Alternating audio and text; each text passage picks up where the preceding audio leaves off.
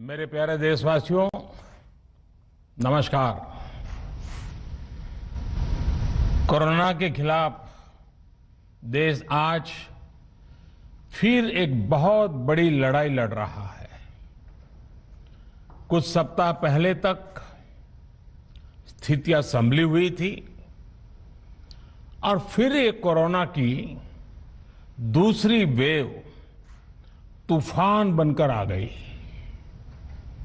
जो पीड़ा आपने सही है, जो पीड़ा आप सह रहे हैं, उसका मुझे पूरा एहसास है।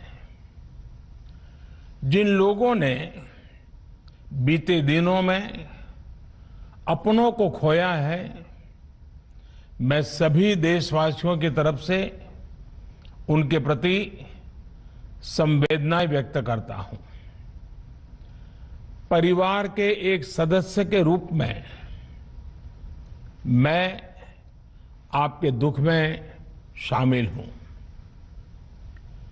चुनौती बड़ी है, लेकिन हमें मिलकर अपने संकल्प, अपने हौसले और तैयारी के साथ इसको पार करना है। साथियों, अपनी बात को विस्तार देने से पहले मैं देश के सभी डॉक्टरों, मेडिकल स्टाफ, पैरामेडिकल स्टाफ, हमारे सभी सफाई कर्मचारी भाई बहन, हमारे एम्बुलेंस के ड्राइवर्स, हमारे सुरक्षा बल, पुलिसकर्मी, सभी की सराहना करूंगा। आपने कोरोना की पहली वेव में भी अपना जीवन दांव पर लगाकर लोगों को बचाया था। आज आप फिर इस संकट में अपने परिवार, अपने सुख, अपनी चिंता छोड़कर दूसरों का जीवन बचाने में दिन रात जुटे हुए हैं।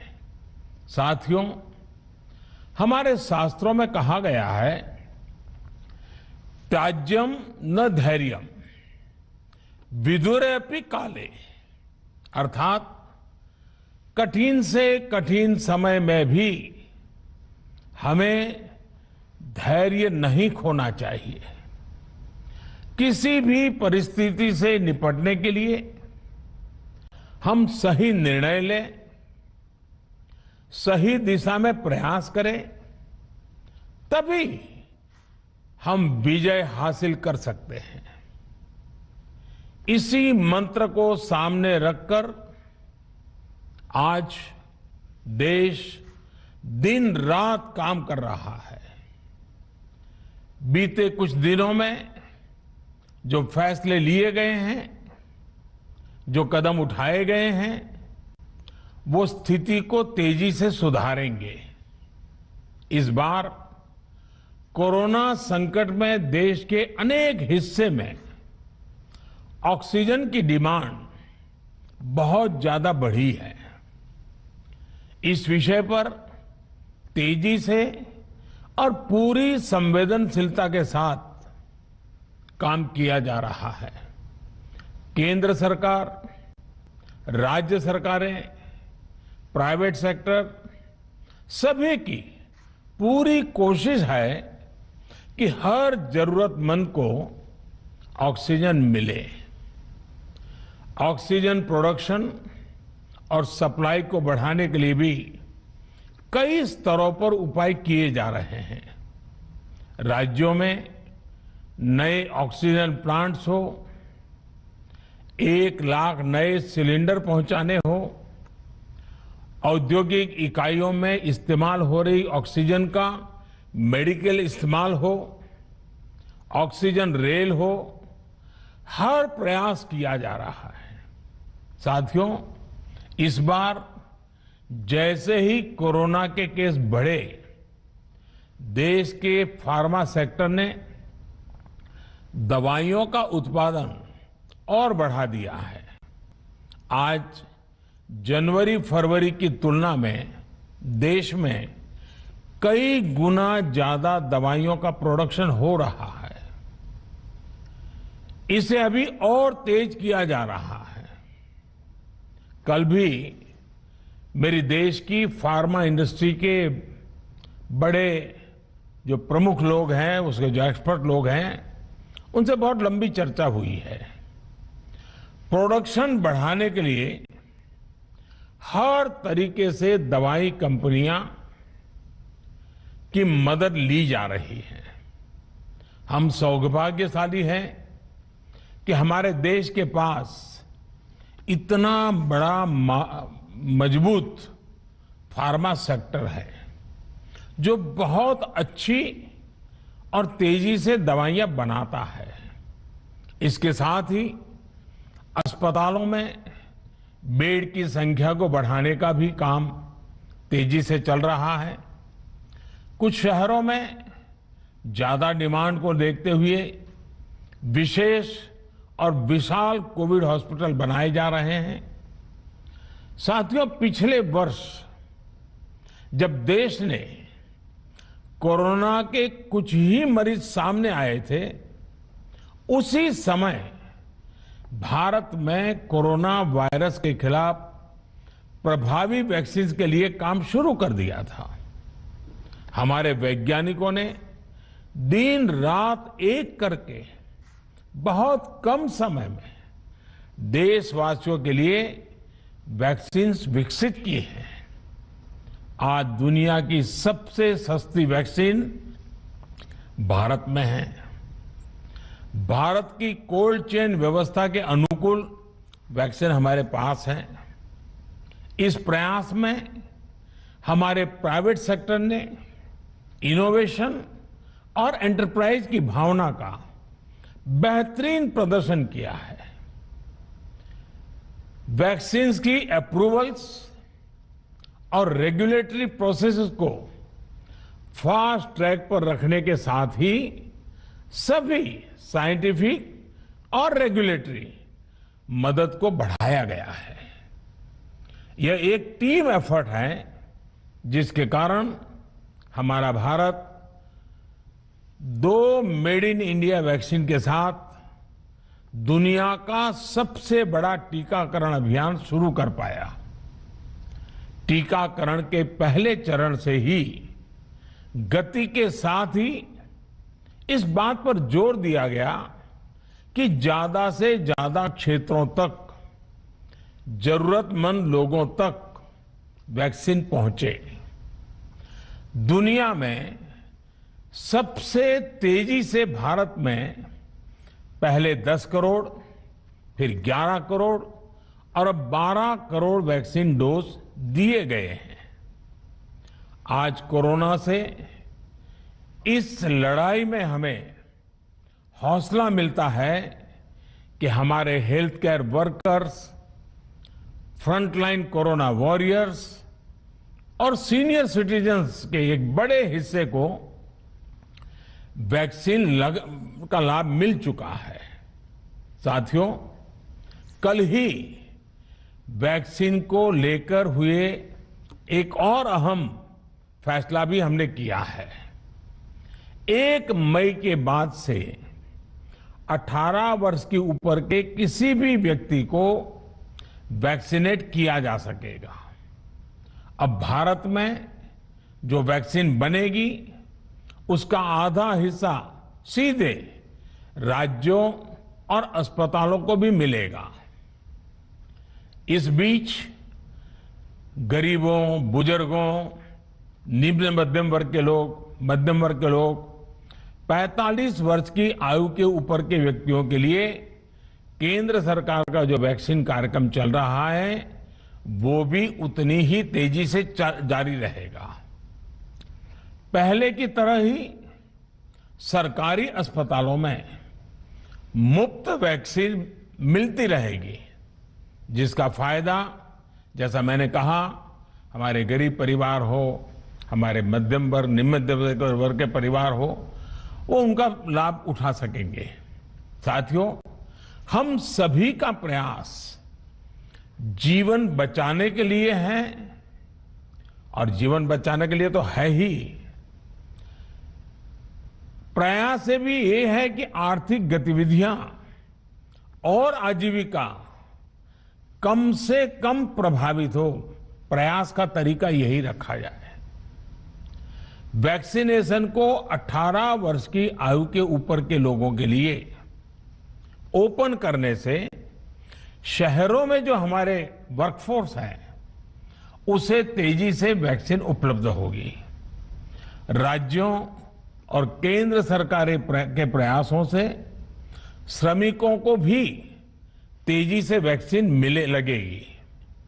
मेरा राज्य प्रशासन से आग्रह है कि वो श्रमिकों का भरोसा जगाए रखे। उनसे आग्रह करें कि वो जहां है वहीं रहे। राज्यों द्वारा दिया गया ये भरोसा उनकी बहुत मदद करेगा कि वो जिस शहर में है वहीं पर अगले कुछ दिनों में वैक्सीन भी लगेगी और उनका काम भी बंद नहीं होगा। साथियों, पिछली बार जो परिस्थितियां थी वो अभी से काफी भिन्न थी।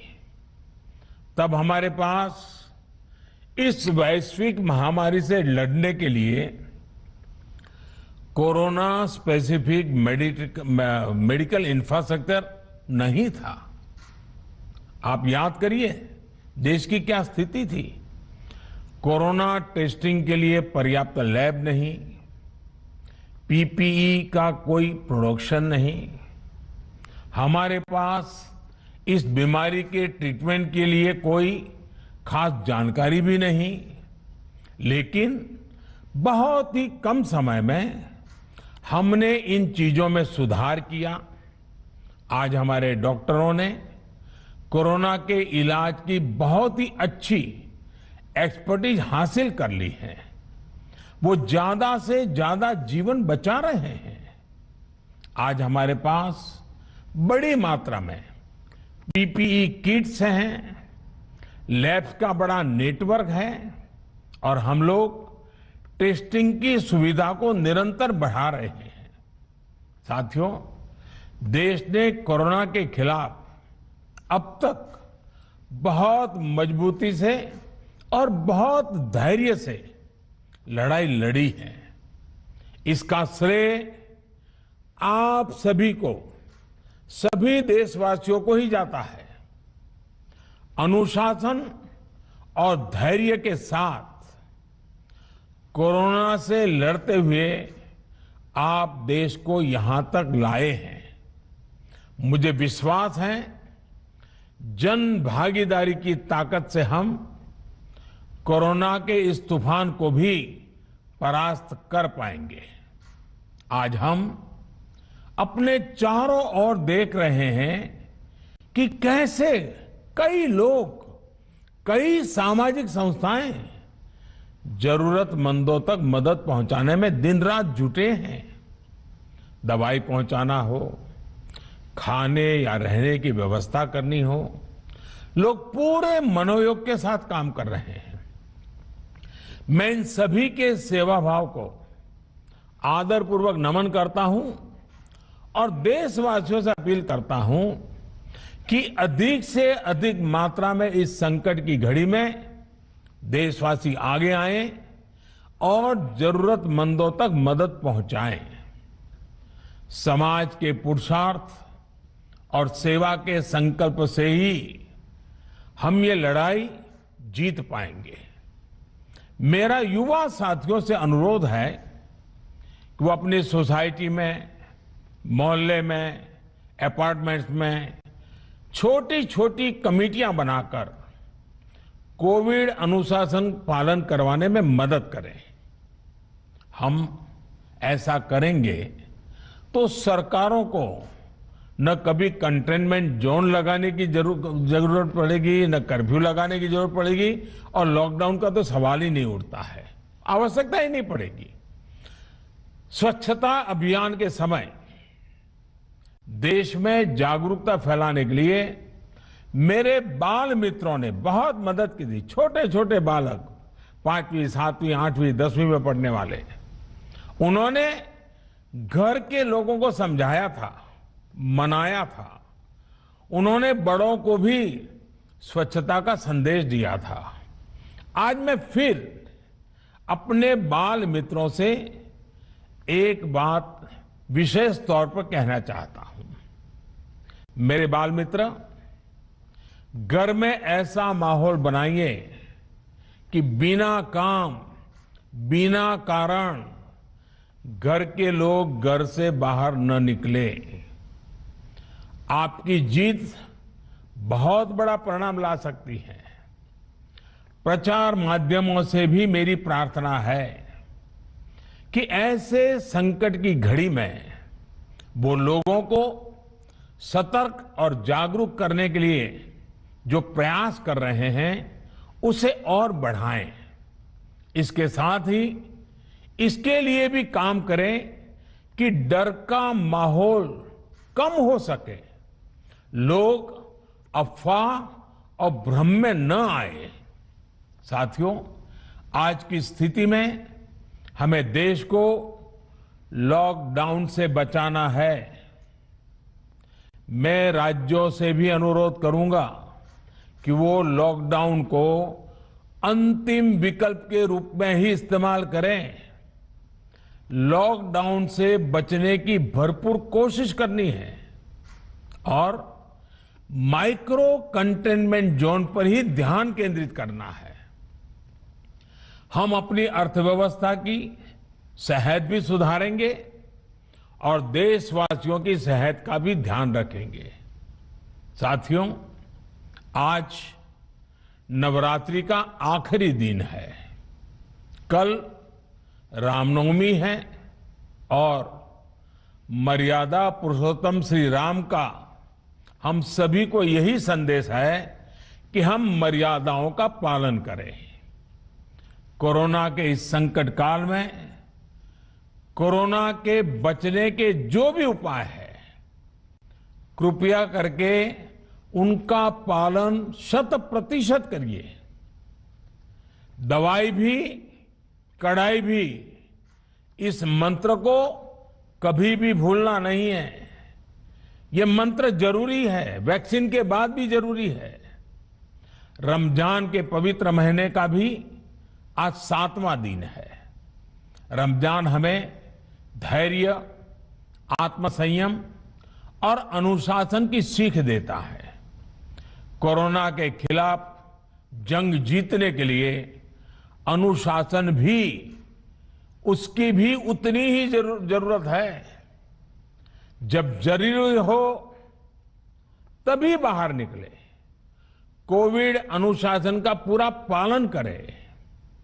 मेरा आप सभी से यही आग्रह है। मैं आपको फिर ये भरोसा देता हूं, आपके इस साहस, धैर्य और अनुशासन के साथ जुड़कर आज जो परिस्थितियां हैं उन्हें बदलने में देश कोई कोर कसर नहीं छोड़ेगा।